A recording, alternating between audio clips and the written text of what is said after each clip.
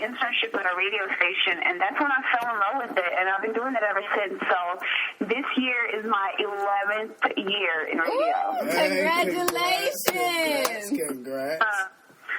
So it's been a while. So you began your career at 18, correct? Yes. Explain how it was being so young in the industry. Well, I mean, honestly, I always tell people, when you start that young, the best way to be is just to be humble and just learn from everyone around you, because in radio, your experience is everything. Like when you're in radio and when you do interviews and when you hope to get jobs, like they don't ask you for, what degree did you get or what school did you study, and they ask what station did you work for, who did you work for, and what actually you did. So like your experience is everything. So the best way to do that is just to kind of learn from everyone around you. So I had some really great people in my life who were my mentors and who I just kind of like soaked in everything. Like I was the first one at work. I was always early. I was always there. I stayed late. Like I put in work over the years. So that's the best part about it. Especially when you're young, you're supposed to hustle in your 20s. Like you're supposed to be poor. You're supposed to eat every day. Right. That college life. Feel bad when that's happening to you, because that's supposed to happen in your 20s. Like you're supposed to sleep on friends' couches because you don't have no money. Like that's the grind that you go through when you're trying to get your dream job.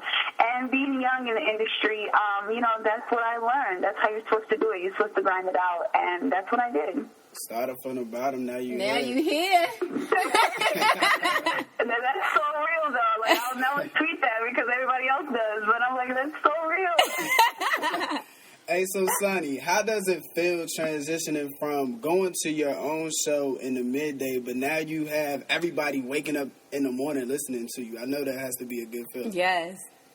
Well, I have never done a morning show. Like, I've always had my own show, which is, pretty cool. But, in radio, what you want to do in your career, you eventually always want to end up on a morning show. That's the highlight of a station is always your morning show. And it gives you a chance to really, show your personality and, really get close and kind of intimate with your audience, which is kind of weird because you honestly, like, have to put your entire life. Like, if I go on a date, like, I have to talk about it the next day, which is so weird, but... And they're like, that's how people get to know you. Like, people want to wake up and feel like, oh my gosh, even if they never meet you, they want to feel like, this is my girl. Like, I love her. Like, I can relate to her. So it's a little weird, but it's so much fun. And I'm just kind of like getting used to it. Like, I'm only like 5 days in, so I'm still like freaking out a little bit. But it's it's like my dream job, and it's exciting. Especially here. Like, I love this area so much. Like, I've been here 2 years, and I feel like I've lived here my entire life. Like, know everybody. Like, I feel so comfortable, and it's amazing. Like, I can't. It's kind of like hard to put into words. That's that DMV love for you. That's the DMV love. Yes, I love it here. So like, put me on a bus and give me like a megaphone, and I'll take tourists on a tour. And just be like, I am that girl. I love it. Hey, so Sunni, you're the first woman from your native country to host your own show in the U.S. How has that feeling been like? I know back at home people showing you love, and I know that has to be an exciting experience for her. Yeah, it's a little crazy because, like, at first I didn't even think about it. Like, when I got into radio, I didn't do it because I'm like, I want to be the first. Like, it just, I was just trying to find out what I wanted to do in life. So someone told me later, and they were like, you know that there's no one else from your country, especially because, like, I came to the United States when I was 13, so I didn't speak any English. So for me to, like, go from not speaking English to, a few years later having my own show, it's so, like, weird to people. But to me, it just kind of happened, and I don't think about it. Like, I don't look back and say, oh, wow, I can't believe I did this. Like, I just do it because I love it. But someone did point it out, and I was like, oh, my God, it's really cool. And then I kind of started looking into it, and I'm like, oh, wow, it's so true. Like, there's nobody else on. And, it's exciting. it's kind of like I'm making way for, you know, other girls who were like from different countries, and they feel that, you know, like being first generation or second generation in this country, you can really do anything. It's like living, you know, the American dream. Like, your parents came here, they were immigrants, we had no money, you know, we didn't have anything. So for us to make it, you know, it shows the younger kids that you can do it. And especially like in I love this, like in urban neighborhoods, you know, telling kids like, listen, if I came here from another country and I didn't speak English and I made it, like, there's no reason why you can't make it. Like, your environment really does not define who you are or what you can do in life, because you can really do anything that you want as long as you work hard at it. And that's the truth. Like, that's not a cliche. You know, like, this is real life. This is how it happened, and it can happen to you. Mm-hmm.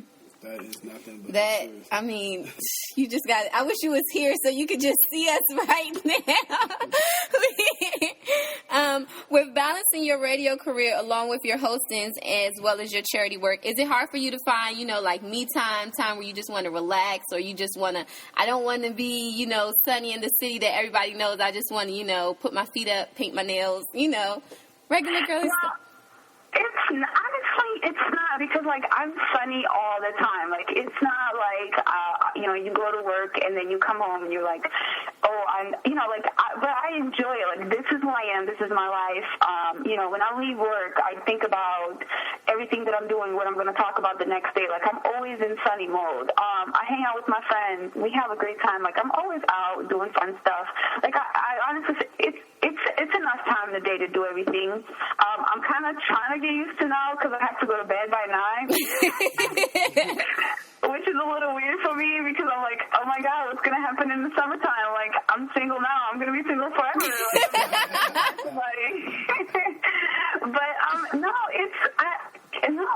It's easy for me. Like, I don't know how, but, like, I balance it out. Like, my friends, we do the normal stuff. We have a great time. I do my, you know, charity work and work. It all flows together, and, like, I make time. And honestly, like, you can make time for stuff you want. Right. I don't believe the whole, like, I'm too busy. Like, no, you make time for things that matter to you, and, you know, you can sleep later. So I say that all the time. You make time for who you want and what you want at the end of the day. So don't let nobody, especially girls, ladies, don't let these men tell you they ain't got time. Speak it. They put in work when it needs to be, you know, put down. So, like, don't tell them that they're too busy. You make time for the people and the things you want in life. So, can I get a retweet? Can I get a retweet? A retweet off of that. My last question to you. Everybody knows you're like this beautiful, gorgeous female and everything. When making business, no, you give the credit where it's due. You know you bad. You know she doesn't have time. She doesn't have time. Oh no, Sunny's gonna make time for you. She doesn't have time. But no, what I was about to say. When making business deals, is it hard for people to, you know, take you serious because, you know, they feel like, oh, well, you know, she's pretty and everything. Maybe she may not know everything. Is there a side of Sunny that people don't want to see? Well, that doesn't happen to me a lot, just because, you know, I've been in the industry for so long, so you kind of, like, know the ins and outs, and after a certain time, you gain the respect, and people know how to, you know, come at you or what not to say, or, you know, sometimes, you know, like, people don't try to, you know, bamboozle me with stuff, like, or trying to, like, you know, scam me or just make me be in, like, an uncomfortable situation just because, like, I don't allow it. So not really. But, you know, people will always try you, and, you know, you just gotta let them know, like, hey, I'm about my business. Right. Like, I know how this works. And that happens a lot with, you know, like, even in the industry with, like, artists, like, if they try to, like, talk to you or something, and you're kind of like, hey, listen, like, this is, like, I'm professional. This is business. This is interviewing. Like, this is life. Like, you gotta, like, you know, step your foot down. Like, you've been in the industry for so long. You know how it works.